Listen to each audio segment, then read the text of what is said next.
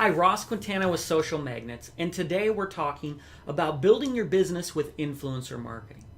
Now, for people who know me, they know that I like to first, when I'm looking at something strategically, boil it down to its core parts.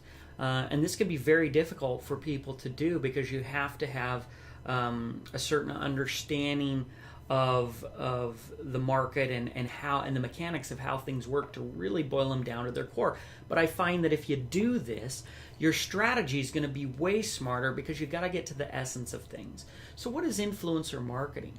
Influencer marketing, at an essence, right, is instead of addressing the whole market in a generic form, right, instead of just going straight to your target market and saying, hey, buy our product or our service, what you want to do is target instead key individuals that are influential in your market.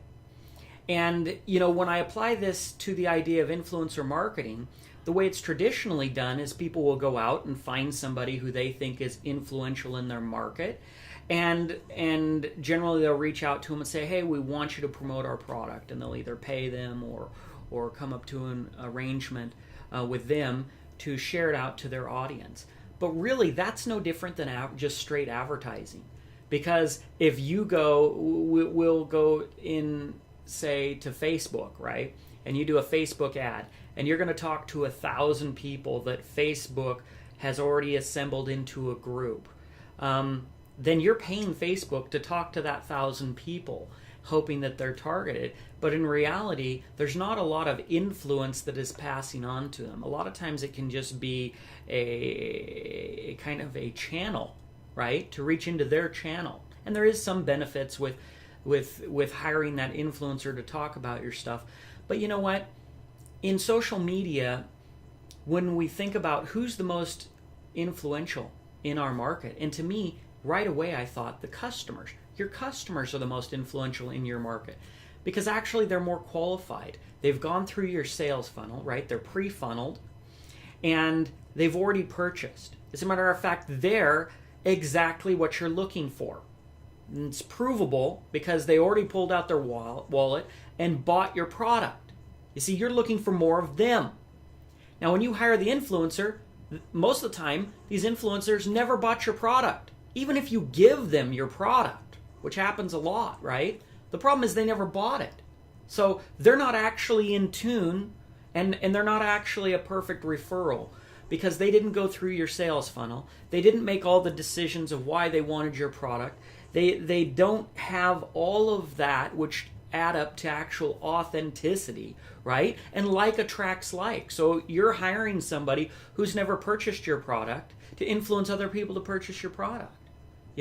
It's like there's an old saying, you got to be a product of the product, right, in sales. And the fact is that if you aren't using your own product, if you aren't motivated and haven't had that need and then went out and fulfilled that need with the product and service, you're really going to have a tough time selling it the same way as somebody who actually is your genuine customer. And let's just talk about the costs. Usually in these cases, you're going to have to go out and you're going to have to pay these people so that they'll promote your product. When your customers are already out there, and in particular your best customers, they're already out there promoting your product. They're already out there telling people they're a believer, they're a fan. They're already doing that for free. And so the cost to get them, number one, to do that is almost nothing because they're already doing what you want. But now what you figure out is, how can I bolster that? How can I help them to take that to the next level? Can I utilize company social media outlets and our audience to boost them and promote them so that then they also will have more authority in the space, and they start with the foundation of being a big fan of your product. Now when you promote them and lift them up, you're doing multiple things. You're creating more customer loyalty, which they already had. So you're taking that to the high level, right? Reminds me of the concept of raving fans, right? Everyone, used to talk about, you want to find your raving fans. Well, the thing is, or your fanatics, right? Well, how do you take someone from just a customer to a raving fan? The brands engage with them, right? When you already like a product. If I already like Samsung, right? And all of a sudden Samsung reaches out to me and says, hey, we know that you've purchased phone after phone. We know that you've said many times, talked about our products on different shows and stuff like that. We appreciate you so much. We can't believe it. We want to send you the new phone, on us, and some really cool attachments, right? All of a sudden, what's going to happen to me? I was already a fan. You don't think I'm going to become a raving fan when I get my new phone, or I get some cool attachments, or the fact that Samsung just noticed that I was a big fan of theirs and supported me, maybe shouted me out on their social media? Absolutely. What's that going to do is it's really going to activate your fans and take them into a raving fan status. And once you do that, number one, how's my brand loyalty, right? I don't care what kind of phone Apple comes up with at that point, right? Because I don't have a relationship with Apple, right? In the way that I do with Samsung. So it's really about expanding this. And this is about strengthening and expanding, right? You got to strengthen your base first. In business, in the military, it's all the same, right? What happens if you're going out and you capture a city, right? You can't then just rush off to capture the next city and leave no troops behind at the previous one. You've got to strengthen your presence there to be able to hold on to it, so it doesn't get recaptured by the enemy. And it's the same in business. What happened with Boston Market, right? They expanded really fast, but they expanded in a way that was too fast. And so what happened is everybody was new. They were expanding at such a rate that they couldn't maintain it.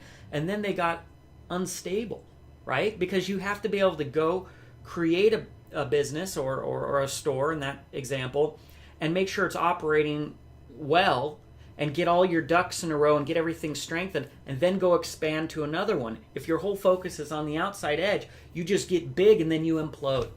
And it's the same way when you're dealing with customers. With customers, you absolutely need to strengthen your customer base business and customer-based revenue. Most people are out there just trying to generate revenue, get a customer. They don't have a relationship. They don't care. They're already off to the next customer. How do I get more new customers? But what they fail to do is strengthen the base of customers that they have. They're willing to offer new sales and new things to people who have never shown any loyalty to their brand. Current customers who have been there for years get nothing. That makes no logical sense. Strengthen your base, build your loyalty, then reach out and allow those fanatics, right, those super fans of your brand to help you build it.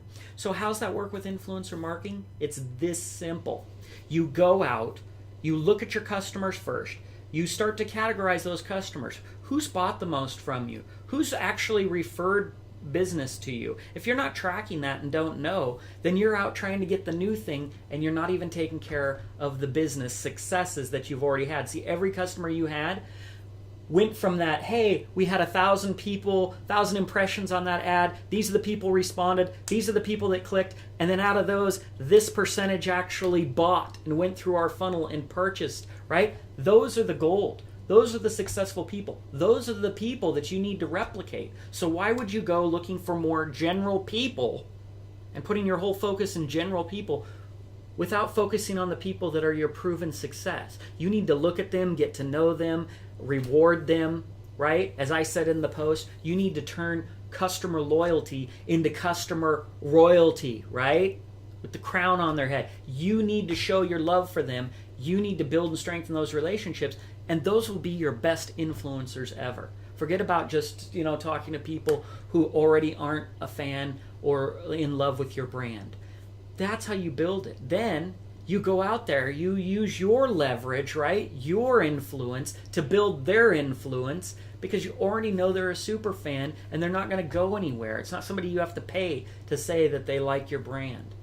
This is how you build it from your core and from within, and that's going to make a really great influencer marketing program. Don't forget to subscribe, hit the like button, share this out, and I'd love to hear your comments on this on social media platforms and in the comments below. How have you turned customers? How have you taken your customers and developed them into even greater customers? And How do you see this compared to the regular idea of influencer marketing? Did this change the way you think about it? Did this change the way you think about your customer base? And realize that you have a built-in influencer marketing program right there. Why are you going out to look somewhere else from outside to do something good for your business when there's so many more benefits from building within? Thanks for tuning in. As usual, make it an awesome day.